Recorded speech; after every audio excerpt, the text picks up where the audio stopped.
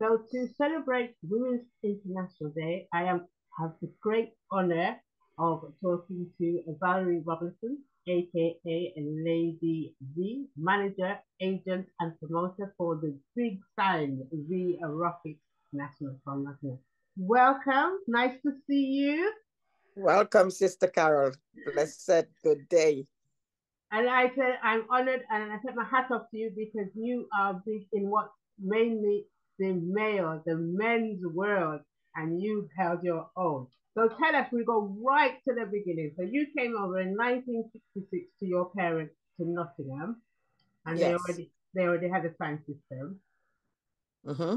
So what was it like for you when you first came over? Is that how you got on to being in the sound system business?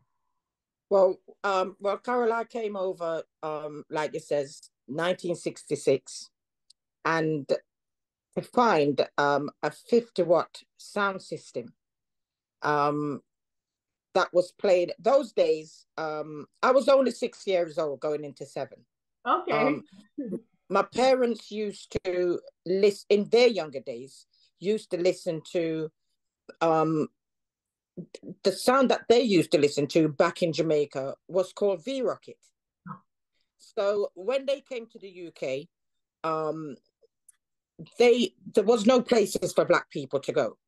So they started their own entertainment, blues parties, house parties in the local Nottingham area. So they would um, keep blues, and they would also cook food, and people would come around to the house and play dominoes and ludi and such.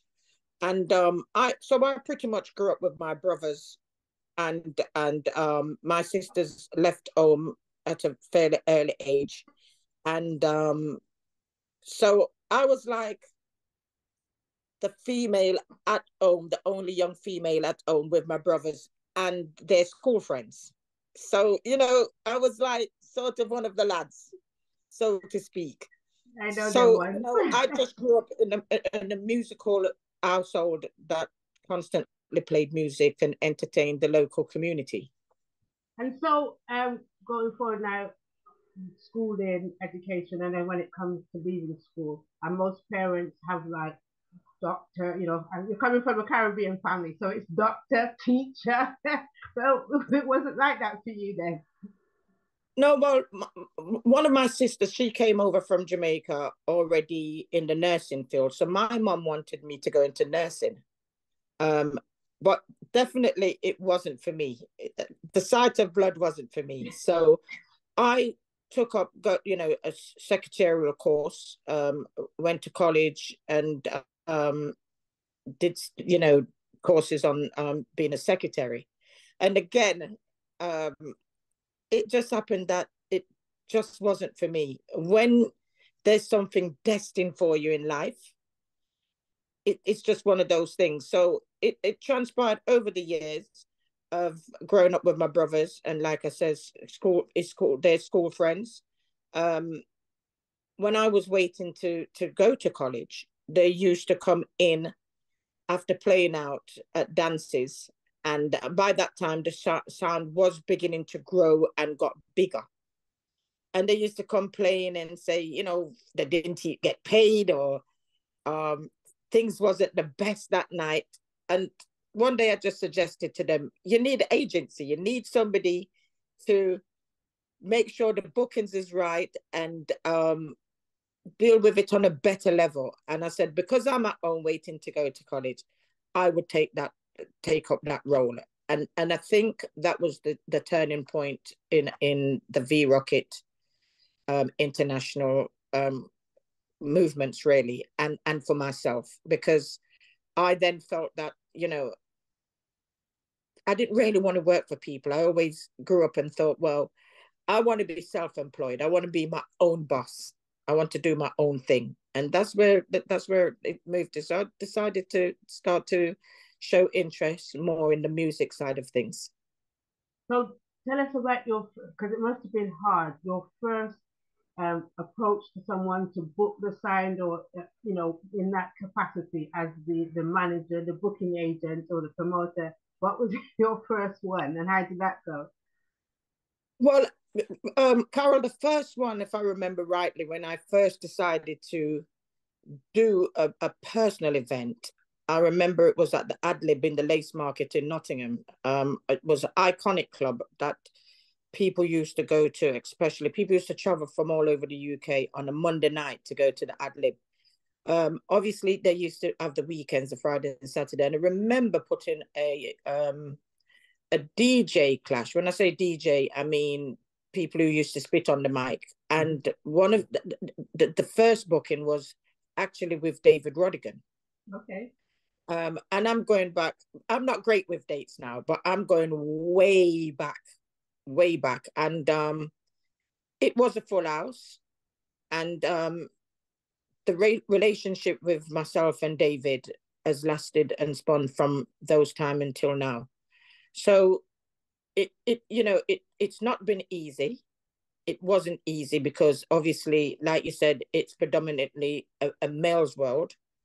But because of the success of it, it gave me the appetite to do more. And they say that you're the one that got the dub plates sorted. Firstly, explain what dub plates, because somebody watching might not know what you mean by dub plates. And again, you picking up yourself, going to Jamaica and getting these dub plates. How did that go? Well, again, that was another thing. At the early start of me getting involved with V-Rocket, I decided to build a relationship with studios in Jamaica and artists. So one of the first studio that I did work with was Channel 1, Maxfield Avenue, with U Kim and his brothers. And I used to travel to Jamaica and cut dub plates. I moved on from Channel 1 to King Jammy's, based in Waterhouse, and obviously King Tubby's. So dub plates are songs that are designed and mixed for your particular sound. Back in those days, it didn't necessarily have to mention the name V-Rocket or mention another sound, so to speak, but the mix would be unique for your sound. But over time, we started to do voice dub plates that included the name V-Rocket in there, so it would be exclusive for V-Rocket and not for another sound. And obviously time is the master here, but so moving forward, so you have worked with so many artists and you've taken the signs around Europe, but you made history because you correct me if I'm wrong, 87, you took the whole sign system from Nottingham to Jamaica. How did that come about? Why did you want to do that? Well, again, Carol, it was important. Every year we used to sort of, the January of every year, we used to sit and discuss what we wanted to achieve for that particular year. And most of the guys, if not all of them, born here in the UK. And I just felt it would be a great idea for us to save, fundraise, and for a team of us to go to the motherland where it all began, where it all started, for them to experience where it's all coming from. So in 1987, when we managed to put all the funds together, we decided that we wanted to take the equipment to Jamaica rather than to rely on playing on another sound over there. So I've got to mention Transpac Shipping Company. It's a shipping company that ships out a lot of the local Black communities, barrels and crates and stuff over to Jamaica. So we approached them, shipped the equipment out ahead of ourselves, and then 15 of us took the flight. And wow, what an experience. It was something that we will never, ever forget. It was the changing, the goalpost changed for us when we did that trip and came back to the UK. But wasn't it worrying beforehand? Because obviously You're, you're taking your whole sign system across the waters. It might get damaged or might not even get there. Was it all that worry in place? Yes, it wasn't easy because one, we was bringing our own generator to power the equipment because, as you know, the wattage is different. 240 here, 110 there. So when we arrived, we had major difficulties and obstacles because they wanted crazy money for us to clear the sand off the wharf. So we contacted politicians because the whole process of it was whatever we did, we was going to donate it to local charities. We approached various people to assist us in clearing the equipment. They felt that although we had all the return documents for the equipment to come back to the UK, they wanted surety in the excess of 80,000 Jamaican dollars, which was a lot of money back in 1987. So it wasn't until the people who we shipped the equipment with, they decided they really was impressed with what we was doing, and they put the money up for us because they was confident that the equipment was going to be coming back to the UK. So the day that happened, we got to the wharf, loaded the truck up, and headed off to where we was based in Old Harbour Bay. Okay. What a welcoming party that was. I bet, I bet. So how do you manage to keep, because as we've established, Viras International has been going a long time. And over the years, the music's changed, from how sound systems were with everybody carrying the big boxes to now people are walking with a little stick, actually a laptop. So how do you keep up? How do you keep it fresh and up there? Well, the thing is for us, we are 60 years old this year. We're actually preparing to do our 60th anniversary. So the dynasty has lasted a long time. Give thanks to many people who has been a part of it, that is still a part of it, and some are not here anymore. Rest in peace for those who has played significant role in it. But what we've done over the years, it's like a family project. So Parliament and Ruben, their parents and my parents lived in the same house. They more or less came to the UK around the same time. So we all went to school. So their sons are now at the forefront of V Rocket. My son, DJ Amali, is at the forefront of V Rocket with Belly, Valby, Kino, Firemark, and the team that is operating now. So it's about handing over the baton to a younger generation. So we're still operating and we're behind the scenes and we give directions and stuff. But it's important to hand over the baton to the younger generation that's going to keep it current, that's going to bring in younger fan base to add to the older fan base that we have already. And that's what we've done over the years, and to keep it fresh, to keep it current. And it's about involving young people, believing in them and trusting in them, and they're doing a great job. So going forward, you, Lady V, you looking to retire, or, or we've still got many years with you? I like that word. Yeah, so like I said, Carol, I've pretty much handed over the baton. I'm still on the scene. They do take advice from me. I still make sure the brand is up and running. But there is a time that you have to hang your gloves up and say, the body's getting older, can't keep doing this.